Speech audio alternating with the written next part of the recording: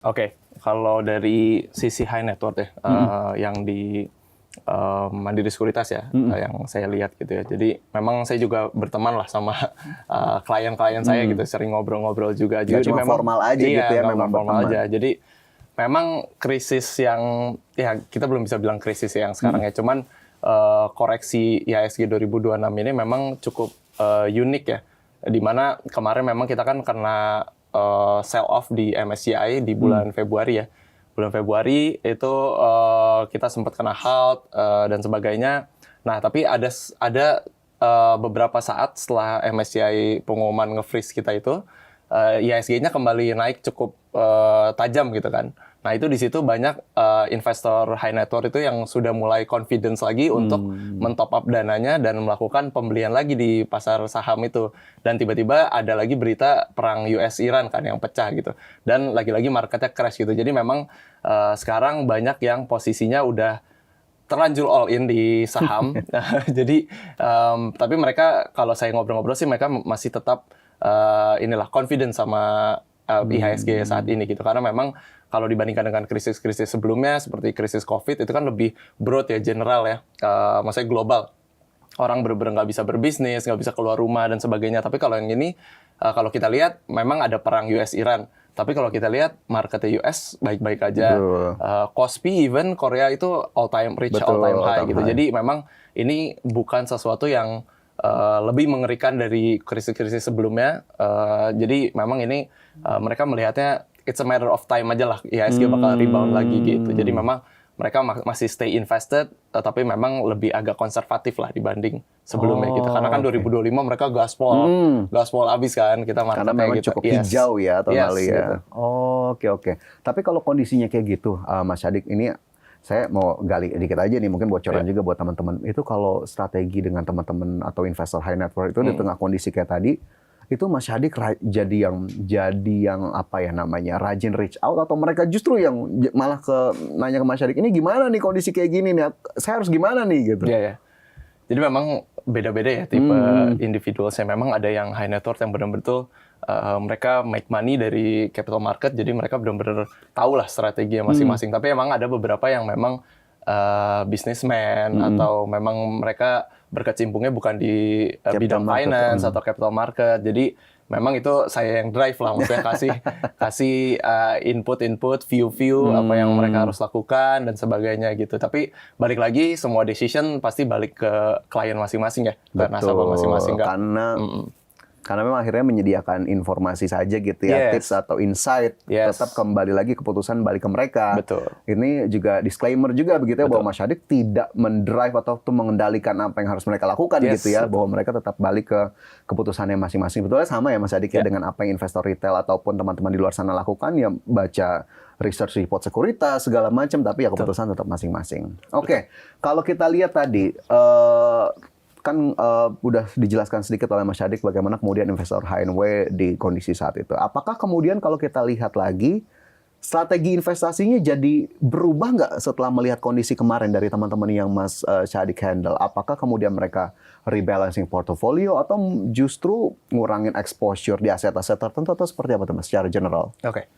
In general sih mereka ya pastinya ada rebalancing ya. Yang memang mereka entry-nya itu misalnya harganya udah terlalu tinggi, di evaluasi yang terlalu tinggi saham-sahamnya gitu, pasti mereka melakukan rebalancing, dan juga saya menyarankan lah untuk melakukan rebalancing gitu. Most of them kemarin pas ada crash itu ya mereka sell saham-saham yang memang di tahun 2025 rally-nya sudah cukup tinggi lah gitu ya.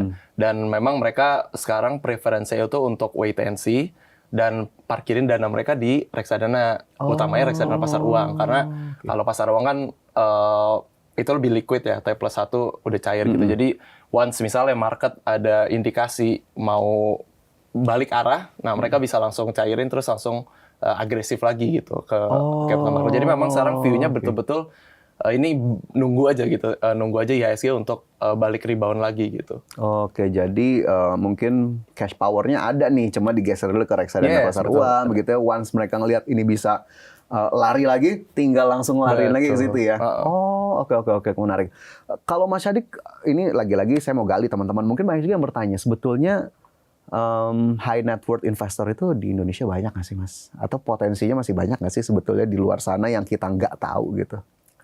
Oh, kalau itu sih sebenarnya masih banyak. Masih kalau banyak. kita bilang ya. Memang kalau yang sekarang itu masih concentrated di Jawa ya. Tapi Oh, oke. di Jakarta lah utamanya gitu. Karena kan memang kalau kita lihat angka literasi keuangan kita memang belum terlalu tinggi lah ya dibandingkan dengan negara-negara maju lainnya gitu. Jadi memang banyak di Indonesia yang memang punya aset banyak tapi belum melek lah untuk invest ke capital market gitu ya. Oke. Mungkin utamanya ya tadi ya yang bidang-bidangnya itu bukan di finance gitu. Misalnya ya banyak juga kan misalnya pengusaha-pengusaha tambang yang di luar dan sebagainya gitu. Jadi Gitu. mungkin investor-investor itu masih bisa digarap lah sebenarnya. Gitu. Jadi menarik ya. Iya, Tapi sebetulnya. memang Jawa masih concentrated. Iya.